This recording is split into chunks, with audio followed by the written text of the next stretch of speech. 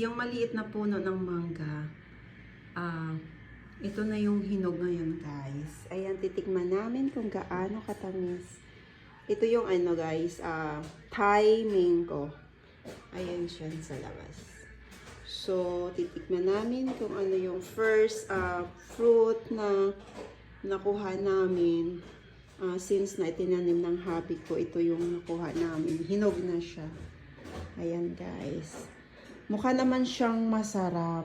So, titikman natin, guys.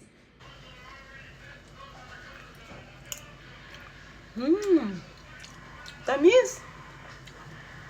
Sarap! Come on, babe. Come here. So sweet. Sarap. Sarap siya, guys.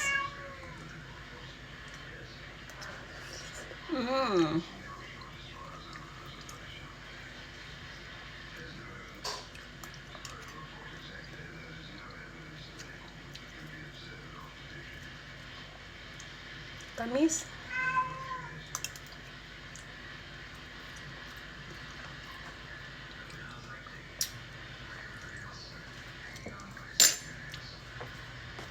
Ang butok, kain ka tayo.